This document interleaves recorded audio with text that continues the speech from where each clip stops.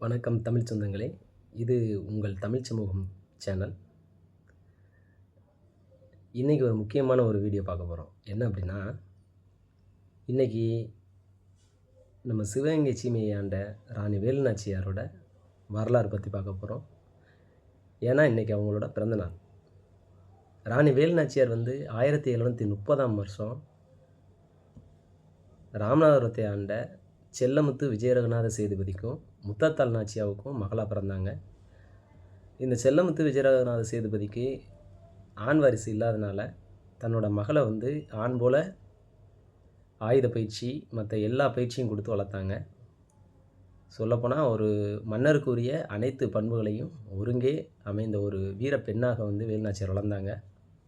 இவங்க கிட்டத்தட்ட ஒரு 6-7 மொழிக்கு மேலே அவங்களுக்கு தெரியும். சின்ன வயசுலேருந்தே அந்த மொழிகள் எல்லாத்தையுமே கற்றுக்கிட்டாங்க.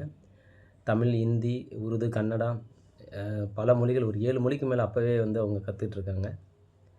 இதுக்கிடையில் 1746 அவங்களுக்கு திருமணம் பண்ணி வைக்க முடிவு பண்ணுறாங்க பேரண்ட்ஸு. அதுக்கு சிவகங்கை சீமையை ஆண்ட முத்து உடையநாத தேவருக்கு திருமணம் பண்ணி வைக்கிறாங்க. இதுக்கிடையில் என்ன நடக்குது அப்படின்னா, 1772ஆவது வருஷத்தில் ஆங்கிலேயர்கள் படையெடுப்பில் சிவகங்கை சீமையில் ஒரு பெரிய போர் நடக்குது. அந்த போரில் முத்து உடையநாத தேவர் இறந்துடுறார். இதை முத்துவிடுநாத தேவர் இறந்த பிறகு வேலுநாச்சியார் என்ன பண்ணுறாங்க அப்படின்னா, இப்போதைக்கு ஆங்கிலேயர்கள் நம்ம எதிர்க்க முடியாது, நம்மளுக்கு ஒன்று படைபலம் இல்லை அப்படின்னு தெரிஞ்சுக்கிட்டு அவர் அவங்க ஹைதர் அலியை சந்திக்க போகிறாங்க. இந்த ஹைதர் அலி பார்த்திங்கன்னா அதே ஆங்கிலேய எதிர்ப்பு நடவடிக்கையில் இருக்கிறாரு. அதனால் ஹைதர் அலியை போய் சந்தித்து உருது மொழியில் இந்த சிவகங்கை சீமையோட நிலைமையை விளக்குறாங்க. இதில் ஹைதர் அலி ரொம்ப ஆச்சரியப்பட்டாங்க. உருது மொழியில் பேசுகிற ஒரு பெண்ணா, அதுவும் ஒரு ஆண் கூட பல மொழிகள் கற்றுக்கிற முடியாது. இதுக்கிடையில் ஒரு பெண் உருது மொழியில் பேசுகிறாங்க, அதுவும் 7 மொழிக்கு மேலே தெரிஞ்சிருக்கு அப்படிங்கிறத நினச்சி ஆச்சரியப்படுறாரு. ஒரு சகோதரனாக என்ன பண்ணுறாரு அப்படின்னா, ஹைதர் அலி வேலுநாச்சியார் கண்டிப்பாக உதவி செய்கிறத வாக்களிக்கிறார். இதுக்கு இடையில் என்ன ஆகுதுன்னா, ஒரு 8 வருஷம் அவர் மாறி மாறி கோட்டைகளில் தங்கியிருக்கிறார். என்னென்னா, சிவகங்கை சீமையை கைப்பற்றின பிறகு ஆங்கிலேயர்கள் வேலுநாச்சியாரை தேடுறாங்க. சொல்லப்போனால் வேலுநாச்சியாரோட உடன் இருந்த தளபதிகள், போர்ப்படை தளபதிகள் அத்தனை பேரையும் தேடுறாங்க. அதனால் அவங்க பல கோட்டைகளில், திண்டுக்கல் பகுதியிலே பல கோட்டைகளில் மாறி மாறி அவங்க முகாமிட்டு தங்குறாங்க. இதுக்கிடையில் எப்படி சிவகங்கை சீமையை மீட்கலாம் அப்படிங்கிற ஒரு ஒரு ஒரு திட்டத்தையும் தீட்டுறாங்க. இதுக்கு நடுவில் என்ன நடக்குது அப்படின்னா, அவங்க மருது சகோதரர்கள் அங்கே காலாறுவில் பகுதியில் மருது சகோதரர்கள் இருக்கிறாங்க. அந்த மருது சகோதரர்கள் அவங்களும் ஒரு சுதந்திர போராட்டத்துக்கான ஒரு முக்கியமான பங்கு வேலுநாச்சியாருக்கு செய்கிறாங்க. என்ன அப்படின்னா, அங்கே மக்களை ஃபுல்லாக ஒன்று திரட்டி ஒரு படையை உருவாக்குறாங்க. அதில் தான் சின்ன மருது சொல்கிறாங்க, சம்புத்தீவு பிரகடனம் அப்படிங்கிறத ஒரு இதை அறிவிக்கிறார். அது ஒரு வரலாற்றில் ஒரு முக்கியத்துவம் வாய்ந்த ஒரு பிரகடனம். அந்த பிரகடனத்தில் ஆங்கிலேயர்களை நம்ம மண்ணில் இருக்க விடக்கூடாது அப்படிங்கிறத சொல்லி மக்களை ஃபுல்லாக ஒன்று திரட்டுறார்.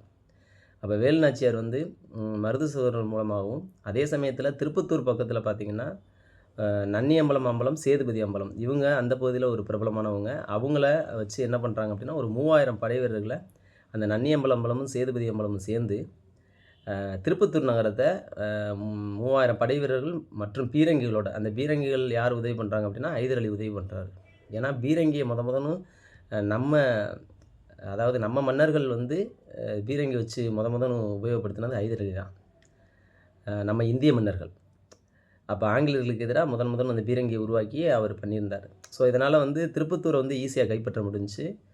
திரும்ப என்ன நடக்குது அப்படின்னா, சிவகங்கை சீமையை மீட்கணும். அதை ஏன்னா ஹெட் குவார்ட்டர்ஸில் இருக்கிறதுனால சிவகங்கை கண்டிப்பாக மீட்கணும் அப்படிங்கிற முயற்சியில் என்ன பண்ணுறாருன்னா, தண்டவராய பிள்ளை, அதாவது தண்டவராய பிள்ளை வேலுநாச்சியார் அரசவையில் ஒரு முக்கியமான ஒரு அமைச்சர் மாதிரி. அவர் என்ன பண்ணுறாரு அப்படின்னா, ஹைதர் அலிக்கு ஒரு கடிதம் எழுதுகிறார்.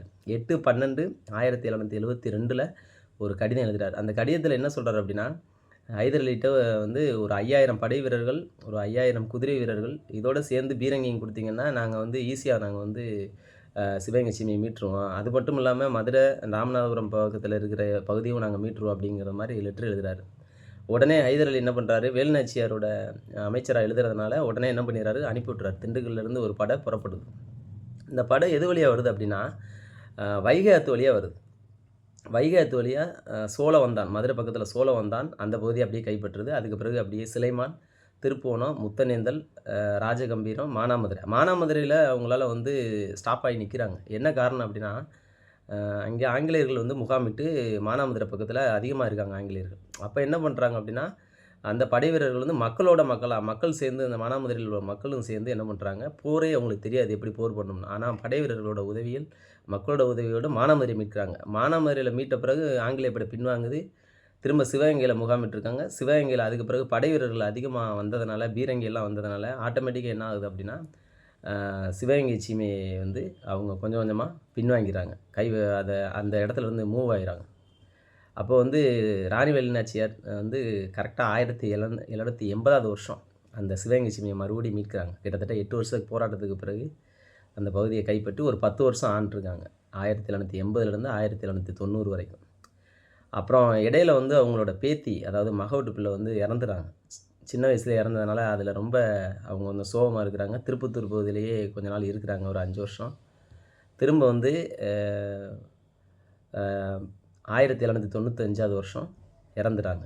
அந்த அந்த ஒரு கவலையிலேயே அவங்க இறந்துறாங்க. அதுக்கு பிறகு மருது சகோதரர்கள் அ அ உதவியோட திரும்ப வந்து அந்த வேலு நாச்சியாரோட மருமகன், அதாவது வெள்ள நாச்சியார் அவங்களோட கணவர் வந்து கொஞ்சம் ஆட்சி பண்றாரு. அதுக்கிடையில தான் மருது சகோதரர்கள் அ அந்த ஆங்கிலேயர்களால அவங்க பாஞ்சாலங்குறிச்சியிலிருந்து வர்ற ஊமத்துரைக்கு அடைக்கலம் குடுத்ததா மருது சகோதரர்கள் தூக்கிலிடப்படுறாங்க. ஸோ, இப்ப வந்து பார்த்தீங்கன்னா, இந்த சர்க்கிள் ஃபுல்லா இதுக்கு நடக்கிறம்போதே இடையில வந்து இந்த குயிலி, அ உடையாள் இவங்கலாம் வந்து தன்னோட உயிரையே தியாகம் பண்ணியிருக்காங்க. அந்த சிவகங்கை சீமைய மீட்கிறதுக்காக. இந்த மாரி வரலாறு வந்து நம்ம பார்க்குறோம். அவங்க நம்ம இந்திய சுதந்திரத்திற்காக பாடுபட்ட முதல் பெண்மணி. நம்ம வீரமங்கை வேலு நாச்சியார் ராணி அவர்கள் தான். அவங்களோட பிறந்த நாள்ல அவங்களோட புகழ பரப்புவோம். அவங்க நம்ம சுதந்திரத்திற்காக பாடுபட்டத நினைவு கூறுவோம். அனைத்து தலைவர்களையும் இந்த நேரத்தில் நாம் நினைவு கூறுவோம். நன்றி. தொடர்ந்து பாருங்கள் நமது தமிழ் சமூகம் சேனல்.